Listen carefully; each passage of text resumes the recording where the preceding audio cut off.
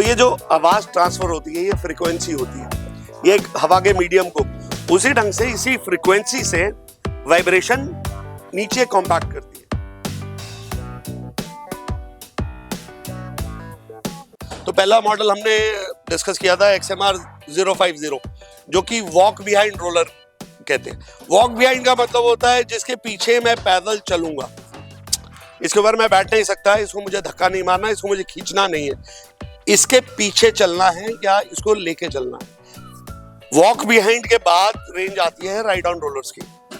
Ride on roller में पहला model आता है ये XMR110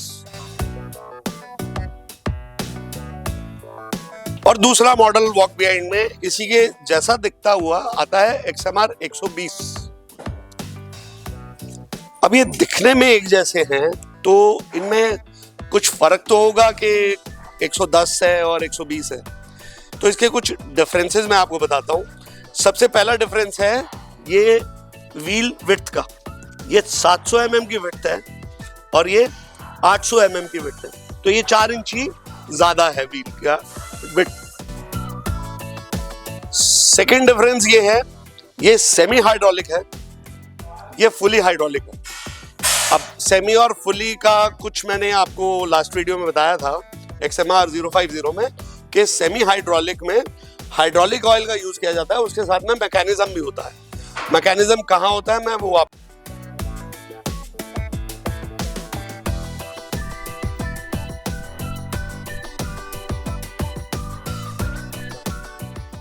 मैकेनिज्म होता है यहाँ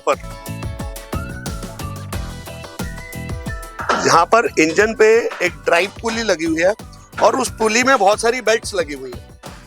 2 बेल्ट इसके मेन पंप को चला रही है। ये main pump hydraulic oil hydraulic Motors को भेजता है, जो कि दोनों व्हील्स में लगी हुई है, मतलब कि एक पंप 2 हाइड्रोलिक मोटर्स को ऑयल भेज रहा है। तो जब फॉरवर्ड जा रहा है तो ये दोनों मोटर्स में फॉरवर्ड की तरफ भेजता है ऑयल, और जब रिवर्स जा रहा है तो दोनों मोटर्स में ये रिवर्स की तरफ ऑयल भेज रहा है। दूसरी बेल्ट जो है इसके स्टीयरिंग को हाइड्रोलिक स्टीयरिंग बनाने के लिए ये छोटे पंप में दिया गया है। ये भी हाइड्रोलिक यूज कर रहा है, ये भी यूज कर रहा है, पर इन हाइड्रोलिक्स को बेल्ट्स चला रही है। तीसरा जो है, ये 2 बेल्ट्स लगी हैं, एक शाफ्ट के साथ जुड़ी हैं, जो कि यहाँ बाहर आके वाइब्रेशन की इलेक्ट्रोमैग्नेटिक पुली को घुमाता है। उसका इंटरनल डाया घूमता है और एक्सटर्नल डाया तब घूमेगा जब हम स्विच ऑन करके उसको इलेक्ट्रिकली चार्ज कर लेंगे, तो वो बेल्ट को घुमाएगा। और ये जो बेल्ट है नीचे रोलर में एक शाफ्ट को घुमाएगा जो हाफ राउंड होगी, इसेंट्रिक वेट होगी, जो वाइब्रेशन क्रिएट करेगी। ये बेल्ट प्रोविजंस और शाफ्ट प्रोविजंस की वजह से इसको फुली हाइड्रोलिक नहीं कहा जाता, इसको सेमी हाइड्रोलिक बोला जाता है। इसमें इंजन जो लगा होता है उसमें हम 110 में 2 ऑप्शंस देते हैं आपको। एक OEM XCMG इंजन जो 8 HP का है और एक ग्रीव्स डीजल इंजन जो इंडिया का बना हुआ है, जो अलग अलग रेटिंग पे 8, 9 और 10 HP कहा जाता है। इसमें ये हाइड्रोलिक ऑयल के लिए रेडिएटर दिया हुआ है, जो बैटरी से ये फैन चलता है और ये हाइड्रोलिक ऑयल को कूल करता है। तो ये मैकेनिज्म है, इसमें हाइड्रोलिक ऑयल भी यूज हो रहा है, इसमें पुली बेल्ट्स भी हैं, मैकेनिज्म। फुली हाइड्रोलिक में क्या होगा, आइए वो देखते हैं। फुली हाइड्रोलिक रोलर का हुड आपको बहुत क्लीन सा नजर आएगा, ज्यादा कंपोनेंट्स नहीं दिखाई देंगे। इंजन की शाफ्ट के ऊपर डायरेक्टली हाइड्रोलिक पंप अटैच्ड है, उसी के ऊपर अटैच्ड है, शाफ्ट के ऊपर डायरेक्ट कपल्ड है। ये मेन पंप है, ये सेकेंडरी पंप है। मेन पंप आपकी ड्राइव्स मोटर को चलाता है आगे और पीछे मोटर्स में, और जो ये छोटा पंप है ये आपके स्टीयरिंग को हाइड्रोलिक स्टीयरिंग बनाता है। अब इसकी वाइब्रेशन कैसे होती है, इसकी वाइब्रेशन के लिए तीसरा छोटा पंप नीचे व्हील बेस में ही दिया हुआ है। तीसरा पंप यहां दिया हुआ है, सीधा हाइड्रोलिक इसमें आता है और मूव होता है। तो ये इसके अंदर किसी तरह का पुली, बेल्ट, कपलिंग ये सब नहीं है, जिसकी वजह से सारे कंट्रोल्स सीधा और सीधा हाइड्रोलिक ऑयल से हो रहे हैं। That is why this is called completely hydraulic या फुली हाइड्रोलिक रोलर। तो हमने 110 और 120 का पहला डिफरेंस देखा था कि व्हील विड्थ 700 mm और 800 mm, दूसरा डिफरेंस वो सेमी हाइड्रोलिक, ये फुली हाइड्रोलिक। तीसरा डिफरेंस उसमें XCMG का OEM 8 HP इंजन होता है, इसमें XCMG का OEM 11 HP का इंजन होता है। उसके बाद बाकी फीचर्स काफी सारे कॉमन रहेंगे। बोथ व्हील ड्राइव रहेगा, ओनली फ्रंट व्हील वाइब्रेटरी रहेगा और ज्यादा डिफरेंस नहीं है। 100 किलो का बेस वेट में भी फर्क आएगा, पर दोनों की कॉम्पैक्शन 3 टन ही रहेगी। तो ये कुछ डिफरेंसेस हैं जो 110 और 120 में है। बाकी चीजें काफी कॉमन है। हेडलाइट्स दोनों में है, हैंड ब्रेक दोनों में है, आपका जॉयस्टिक फ्रंट और रियर मूवमेंट के लिए दोनों में है। जी, आपके कुछ सवाल हो यहाँ पर? बिल्कुल सर। तो जो आपने इसमें बताया सेमी हाइड्रोलिक है, ये सेमी हाइड्रोलिक मशीन है जी। This is semi hydraulic. तो इसमें एक चीज मैं देख रहा था कि वहां पे एक नीचे कनेक्टर दिया हुआ है। ये कनेक्टर हाइड्रोलिक से उसका कोई लेना देना है नहीं। ओके। वो सेमी हाइड्रोलिक या कौन सा, ये वाला कनेक्टर बोल रहे हैं? नहीं, या नीचे वाला बोल रहे हैं? नीचे वाला जो ये कनेक्टर आप बोल रहे हैं जी, इसका हाइड्रोलिक सेमी हाइड्रोलिक से कोई लेना देना है ही नहीं जी। ये ट्रांजिट और लिफ्टिंग, लोडिंग अनलोडिंग के लिए दिया हुआ है, ताकि ये जो कपलिंग सिस्टम है आगे और पीछे के व्हील का, ये बैलेंस रहे। जब हम इसको यूज में लेंगे, जब ऑपरेट करेंगे, तो इसको यहाँ से अनलॉक करके इसको यहाँ लगा देंगे, तभी ये स्टीयर करेगा। नहीं तो ये आप लेफ्ट और राइट इसको आप स्टीयर ही नहीं कर पाएंगे। तो वो सिर्फ लॉजिस्टिक्स और ट्रांसपोर्टेशन के लिए है। उसका हाइड्रोलिक सेमी हाइड्रोलिक से कोई लेना देना नहीं है। वो हर रोलर में मिलेगा, starting from ride on roller का बेस मॉडल से 110, 120, 170, 303 और एनी रोलर। ये कनेक्टर सिर्फ ट्रांसपोर्टेशन के लिए दिया। जो हमने इसमें रेडिएटर इसमें देखा, हमने वो 050 में नहीं था, तो ये इस कारण से है स्पेसिफिक रीजन है इसका? रेडिएटर पानी का रेडिएटर नहीं है। जैसे नॉर्मली हमारे दिमाग में कंसेप्ट होता है वाटर कूल्ड इंजन के लिए कि पानी गर्म होके रेडिएटर में आता है, रेडिएटर ठंडा करके पानी को वापस इंजन में देता है। ये जो इंजन लगे हुए हैं एयर कूल्ड इंजन, तो इनमें किस तरह को पानी इस्तेमाल हो ही नहीं रहा है। ये रेडिएटर बिल्कुल यहाँ दिया हुआ है, रेडिएटर हाइड्रोलिक ऑयल के लिए दिया हुआ है।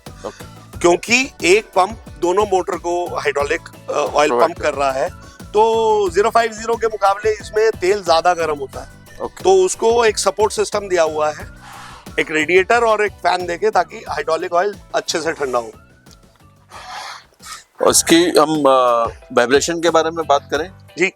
जो वाइब्रेशन हम डिस्कस भी कर रहे थे कि भाई कितना ये कहाँ तक वाइब्रेट करता है, कितने mm तक या कितने इंचेस तक वाइब्रेशन देता है। देखिए, जिस तरह मैं बोल रहा हूँ और एक लिमिटेड दूरी तक आप तक आवाज जा रही है जी। आप मेरे से 2 मीटर पे खड़े हैं तो आपको मुझे मेरी आवाज बिल्कुल क्लियर सुनाई दे रही है। उस तरह आप जितनी दूर चले जाएंगे, आप 100 मीटर दूर में मेरे शायद ये भी नहीं दिखेगा कि मेरे होटल में। बिल्कुल। तो ये जो आवाज ट्रांसफर होती है, ये फ्रीक्वेंसी होती है, ये एक हवा के मीडियम को उसी ढंग से, इसी फ्रीक्वेंसी से वाइब्रेशन नीचे कॉम्पैक्ट करती है। वाइब्रेशन को हम फ्रीक्वेंसी में ही नोट डाउन करते हैं, हर्ट्ज कहते हैं उसको। अच्छा। 2 पैरामीटर्स पे यूज होती है, इधर वो कितनी फ्रीक्वेंसी पे है या पर मिनट उसकी वॉल्यूम क्या है। तो एक होता है VPM, एक होता है हर्ट्ज फ्रीक्वेंसी। तो ये जो फ्रीक्वेंसी जाएगी वो 8 इंच तक की डेप्थ तक जाएगी इसकी। अब एक सवाल ये आता है कि ये कितनी मिट्टी दबाएगी। ये बहुत, इसका आंसर अगर मैं आपको एकदम से देता हूं तो वो वेग आंसर होगा, क्योंकि मिट्टी की पोजीशन अलग अलग होती है। एक मिट्टी धूल पाउडर की तरह पड़ी है, उसके अंदर तो आप भी पैर रखेंगे 8 इंची नीचे तक पैर चला जाएगा। तो ये रोलर तो शायद 5-6 फुट नीचे तक चला जाएगा। तो जब हम कॉम्पैक्शन करनी है तो हमारा एक प्रोसीजर होता है, कि SOP होता है कि कॉम्पैक्शन के लिए एक लेयर डाली जाती है और वो 8 इंच की लेयर डाली जाती है। ताकि वो वाइब्रेशन, कंस्ट्रक्शन कंपनीज को मालूम है कि इसकी कॉम्पैक्शन 8 इंच तक जाएगी रोलर की, तो 8 इंच की एक लेयर डालते हैं, एक ट्रीटमेंट में डालते हैं, कंपोजिशन में डालते हैं। तो ये वहाँ 3 इंच दबा देती है। अब मान लीजिए कंपनी ने रात को ले करी लेयर सॉइल की, रात को बारिश हो गई, तो मिट्टी ने पानी पिया और वो कॉम्पैक्ट हो गई अपने आप में। तो ये आंसर देना थोड़ा वेग है। जनरली इसको आप बोल सकते हैं कि 3-4 इंच तक इसकी डेप्थ ये दबाती है। एलिमेंट टू एलिमेंट इसका वो चेंज हो जाएगा, सॉइल के किस तरीके की लेयरिंग करी गई है उस हिसाब से इसकी कंपैक्शन चेंज हो जाती है। अब जैसे ये अभी कंक्रीट पे पड़े हुए हैं, हाँ जी, तो कंक्रीट पे ये जितना मर्जी उछल ले, जितना मर्जी वाइब्रेट कर ले, कंक्रीट दबने वाला नहीं। बिल्कुल। तो जितना सॉफ्ट या हार्ड कॉम्पोजिशन ऑफ सॉइल रहेगा उस हिसाब से इसकी डेप्थ दबाने की चेंज होती रहेगी। एक इससे और माइंड में क्वेश्चन आ रहा है कि इसकी स्पीड से भी वेरी करता है, कितनी तेजी से हम ले जा रहे हैं, कितनी स्पीड तक पे चल सकता है ये। बिल्कुल, दोनों रोलर्स में, ये सेमी हाइड्रोलिक जिसमें मैकेनिकल है जी, या फुली हाइड्रोलिक जिसमें फुली हाइड्रोलिक ऑयल से वो चल रहा है, वाइब्रेशन रेवोल्यूशन से बनता है। वाइब्रेशन इसका कैसे बनता है, एक हाफ राउंड शाफ्ट इसके अंदर डला हुआ है, जिसको घुमाया जाता है तो वो जंप करता है। जब इसके आरपीएम 3000 आरपीएम होते हैं इंजन के, वो 3000 बार वो जंप करता है, that is called 3000 BPM. Okay, तो ये 3000 बीपीएम दे रहा है, जो मैंने अभी आपको पहले बताया था, बीपीएम एंड हर्ट्ज। हाँ बिल्कुल बिल्कुल। तो बीपीएम 3000 दे रहा है। अब इंजन की स्पीड मैं 2800 आरपीएम कर दूंगा तो वो 2800 बीपीएम देगा। अच्छा। इंजन की स्पीड में एक्सेलरेट पूरा कर दिया और 3600 आरपीएम पे ले गया तो ये 3600 बीपीएम देगा। तो इंजन की स्पीड से मैकेनिज्म में भी बीपीएम चेंज हो जाएगा और उसी ढंग से हाइड्रोलिक ऑयल भी उतनी तेजी से जाएगा और आएगा। इंजन की जितनी ज्यादा स्पीड तेज होगी उतनी ज्यादा पंप रोटेट करेगा, उतना ज्यादा ऑयल की वॉल्यूम थ्रो होगी, उतना ज्यादा वाइब्रेशन क्रिएट होगा। तो स्पीड के साथ बीपीएम का डायरेक्ट रिलेशन है, जितने इंजन के आरपीएम होंगे उसी ढंग से बीपीएम चेंज होगा, वेरी करेगा। और इसमें क्या हम जैसे स्पीड के लेवल्स हैं हमारे इसके अंदर मैक्सिमम स्पीड में, तो क्या इसका भी कोई स्टैंडर्डाइजेशन है कि इतने किलोमीटर या इतने मीटर एक घंटे में ये कंपैक्शन के लिए यूज आ सकता है? देखिए, वैसे तो इसका एक पैरामीटर है कि ये इतने किलोमीटर पर आवर की स्पीड इसकी रहती है। अच्छा। बट साइट पे ऑपरेटर के हाथ में होता है, उसे किस सिचुएशन में, क्या सर्कमस्टेंसेस में, क्या लेवल है, रोडी है, रोडे हैं, बड़े बोल्डर्स हैं, सॉइल है, उस हिसाब से वो कितनी तेज जा सकता है। फिर उसको रिस्क भी है, आगे खाई है, तो ही कैन नॉट कंट्रोल। तो ये उसके हाथ में वेरी करता है कि वो किस स्पीड पे इसको दौड़ाएगा। बट आपकी रोडी और रोडे वाली बात से क्वेश्चन और मेरे माइंड में आया कि मान लीजिए इसमें बड़ा कोई पत्थर या बड़ा कोई चीज बोल्डर टाइप सामने आ जाए, तो क्या उसको ये मतलब निकल जाएगा उस पे से, या कैसे, how will it respond to it? बिल्कुल, अभी हमने जो लास्ट एक डिस्कशन किया कि कंक्रीट पे ये खड़ा हुआ है तो कंक्रीट को ये नहीं दबाएगा। जी जी जी। अब कंक्रीट के नीचे का बेस क्या है उस पर डिपेंड करता है। तो बोल्डर आपका 8-10 इंच का मान लीजिए बोल्डर है और वो बोल्डर सॉइल पे रखा हुआ है, तो अगर आप भी पैर से किक मारेंगे उसे तो हल्का सा आधा mm 1 mm तो धसेगा ही। हाँ। ये उसको 3 टन की कॉम्पैक्शन कर रहा है तो ये बोल्डर को अंदर सॉइल में बिठा देगा। पर अगर नीचे का सरफेस हार्ड है और बोल्डर इसको एक ऑब्स्ट्रक्शन की तरह आ रहा है तो ये अपने इंक्लिनेशन पे जाएगा। जैसे इसका ग्रेडेबिलिटी जो है वो 30 डिग्री है, ये 30 डिग्री इंक्लाइन तक चढ़ सकता है। अगर बोल्डर इसका 80 डिग्री या 60 डिग्री इसके सामने आ गया और वो बोल्डर नीचे नहीं दब रहा तो ये रोलर काम नहीं करेगा, ये रोलर खड़ा हो जाएगा। तो डिपेंड करता है कि बोल्डर के नीचे क्या है, ताकि जो ये फोर्स बोल्डर पे मार रहा है, बोल्डर इसको रिवर्ट बैक ना करके बोल्डर उसको आगे फॉरवर्ड एब्जॉर्ब कर रहा है, फोर्स आगे फॉरवर्ड कर रहा है। जी। तो इसके जो रेगुलर मेंटेनेंस है, जैसे हमने 050 की समझी थी, बिल्कुल वैसे ही रहेगी, सेम ऐसे ही रहेगा, वैसे ही रहेगी। 10 दिन के अंदर आप इंजन ऑयल इसका चेंज करेंगे। Every day you have to check the engine oil, और जैसे जरूरत पड़ती है वैसे आप इसको टॉप अप भी करेंगे। और उसके बाद 50, जब पहला सर्विस 10 घंटे में हो गया, उसके बाद रेगुलर सर्विस 50 से 60 घंटे वर्किंग आवर्स।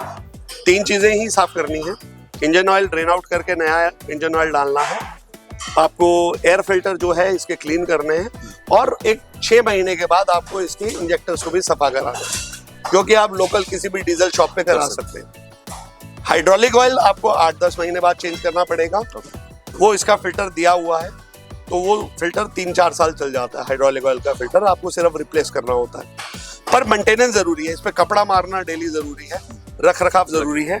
इसके एयर फिल्टर में एक हवा चूसता है जो इंजन को हवा देता है डीजल के साथ में, वो एक क्लाउड बनता है जो बर्स्ट होता है, और उस बर्स्ट से इसकी पावर होती है। तो अगर ये चोक्ड है तो इसको हवा नहीं मिलेगी, अकेला डीजल कॉम्पोजिशन मिलेगा, आपका डीजल का फ्यूल कंजम्पशन ज्यादा हो जाएगा, धुआं ज्यादा देगा, और इसकी पावर भी कम निकलेगी। अकेला डीजल पावर नहीं देता, डीजल के साथ एयर मॉलिक्यूल्स जो एक क्लाउड बनाते हैं वो आपको फोर्स देता है। थोड़ा सा हम इस बारे में भी समझ लें एक बार, पैनल में क्या क्या चीजें दी गई? ये पैनल है, ये स्टीयरिंग का पैनल है। इसके अंदर वोल्ट मीटर बैटरी की हेल्थ के लिए दिया हुआ है। ये बैटरी की हेल्थ बताता है कि बैटरी की हेल्थ कैसी है। और दूसरा एक इग्निशन ऑन इंडिकेटर है। जब इग्निशन ऑन होगा तो ये इल्यूमिनेट होगा, जिससे पता चलेगा कि इग्निशन ऑन हो गया है। ये तीसरा मीटर जो है आवर मीटर है, वर्किंग, ये दिखता है कि कितने घंटे ये मशीन चला है। उसके बाद ये 3 स्विच हैं जो कि एक हेडलाइट और टेल लाइट। इसकी टेल लाइट और हेडलाइट सेम होती है क्योंकि इसको आगे भी उतनी रोशनी चाहिए चलाने के लिए जितनी पीछे चाहिए, या पीछे भी उतनी चाहिए जितनी आगे चाहिए। तो ये चारों लैंप्स जो हैं एक ही स्विच से चल जाते हैं, आगे और पीछे दोनों लैंप्स जल जाएंगे। दूसरा है, आप इसकी वाइब्रेशन चाहते हैं या ये स्टैटिक काम करे। स्टैटिक में ये सिर्फ और सिर्फ 1 टन की वाइब्रेशन देगा ही नहीं, 1 टन का ये पेविंग करेगा, स्टैटिक रोलर। और वाइब्रेशन ऑन कर देंगे तो ये 3 टन की वाइब्रेशन देगा। तो ये भी हमारे कंट्रोल में है, हम इसकी वाइब्रेशन को ऑन या ऑफ कर सकते हैं। तीसरा इसके अंदर है स्प्रिंकलर्स। मुझे सूखी ड्राई मिट्टी मिली हुई है तो मैं स्प्रिंकलर्स चालू रखूंगा। मिट्टी ऑलरेडी ड्राई है तो कीचड़ नहीं बनाऊंगा तो इसके स्प्रिंकलर्स बंद हो जाए। वाटर टैंक इसका पीछे दिया हुआ है। स्टीयरिंग के साथ में ही हैंड ब्रेक दिया हुआ है। ये पार्किंग ब्रेक है ताकि ये अननेसेसरी इंक्लिनेशन में मूव ना हो। इस साइड पे ये इसके गियर दिए हुए हैं, सिंपल वेरी सॉफ्ट गियर्स। आप बहुत आराम से इसको पुश पुल कर सकते हैं, अननेसेसरी जोर नहीं लगाना। जोर देने से कुछ नहीं होगा, इसका वायर टूट जाएगा। और यहाँ पर इग्निशन ऑन है। ये जब भी आप यूज इसको करके इसको पार्क करें, इसको प्लीज आप बंद कर दीजिए, नहीं तो बैटरी ड्रेन आउट होगी। इसका ये स्विच इग्निशन ऑन रहेगा या सेल्फ ऑन रहेगा तो बैटरी ड्रेन आउट होगी, बैटरी चार्ज नहीं होगी। और इसमें तो हमारा कोई वैसा वाला स्टार्ट का ऑप्शन नहीं है? बिल्कुल है, वो भी अवेलेबल बिल्कुल है। यहाँ पर ये रिकॉइल दिया हुआ है। आपका ये बैटरी अगर डेड हो गया है तो आप यहाँ से रिकॉइल सिस्टम से स्टार्ट कर सकते हैं। 1-1.5 घंटे बाद वो बैटरी खुद ब खुद चार्ज हो जाएगी, तब आप सेल्फ मार सकते हैं। वो प्रोविजन दिया जाता है वो, क्योंकि ये छोटे इंजन है, इसमें ह्यूमन पावर इस इंजन को स्टार्ट कर सकती है। इससे जब हम ऊपर की रेंज में चले जाएंगे 303, वो 35-38 HP का इंजन है, वहां पर आपका पावर से इंजन स्टार्ट नहीं होगा। इधर इसका मफलर दिया हुआ है जिसका एग्जॉस्ट बाहर निकाला हुआ है। एयर फिल्टर बहुत अच्छे से पोजीशन किया हुआ है जहां से इसको हवा मिलेगी, साफ हवा मिलेगी। धुआं ऑपरेटर के ऊपर नहीं जाता, वो नीचे चला जाता है। इसका क्लियरेंस 110 और 170 में क्लियरेंस का जरूर डिफरेंस है कि ये जो क्लियरेंस इसको यहाँ मिल रहा है वो इसको दूसरी साइड पे नहीं मिलता 110 को, क्योंकि वहां बेल्ट लगा हुआ है। 120 में दोनों साइड ऐसे ही इक्वली मिले। इसका हुड बंद कर दें हम? बिल्कुल। या कुछ और हुड में हमें जानकारी लेना है? नहीं, आई थिंक हमें ये तो क्लियर हो ही गया कि बेल्ट से मैकेनिज्म मूव हो रहा है जी। हाइड्रोलिक ये पंप लगा हुआ है बड़ा वाला, जिससे कि हमारी ड्राइव मूव हो रही है जी। इसका जो यहाँ पे बेल्ट लगा हुआ है, इससे हमारा जो वाइब्रेशन वाला शाफ्ट है वो मूव हो रहा है जी। तो ये तो प्रीटी क्लियर है। ये हमारा वो है एयर कूलर है। This is hydraulic oil cooler. Sorry, hydraulic oil cooler है जिससे कि इंजन एयर कूल्ड है। हाँ, इंजन एयर कूल्ड है, which is from this. Engine air cooled है, वो उसको सांस मिल रही है, सारी तरफ से मिल रही है। ठीक है। ये एयर फिल्टर है। एयर फिल्टर जो है क्लाउड बनाता है डीजल के साथ, डीजल इंजन इग्निशन के लिए। Got it. तो इसका एयर कूल्ड से कोई लेना देना नहीं। बिल्कुल समझ गया। ये डीजल के क्लाउड के लिए है। समझ गया। एयर कूल्ड इंजन मतलब ये हवा से खुद ब खुद ठंडा होता है। ये आधे घंटे में जितना गर्म होगा उतना 24 घंटे चलते हुए भी उतना ही गर्म रहेगा। परफेक्ट। इसका जो डीजल टैंक है वो 4 लीटर का होता है। 4 लीटर, जो कि आप रिफिल करते रहेंगे। ठीक है। और कंजम्पशन के बारे में डीजल की कुछ इसमें कंजम्पशन ये 750 ml पर आवर लेता है। अच्छा। वो 800 ml पर आवर देता है।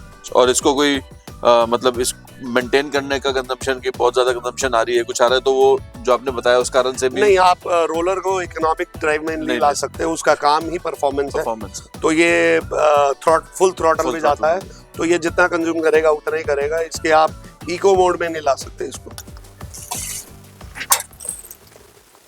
ये लॉकिंग जरूर कर दीजिए ताकि ये हुड जो है ना वो वाइब्रेट ना हो, खामखा बोल्ट्स इसके ढीले होंगे। और जब भी चलाएंगे तो ये अनलॉक जरूर कीजिएगा। अदरवाइज वो टर्न नहीं करेगा, अदरवाइज स्टेयर नहीं करेगा, वो टर्न नहीं करेगा, लेफ्ट राइट कहीं नहीं जाएगा।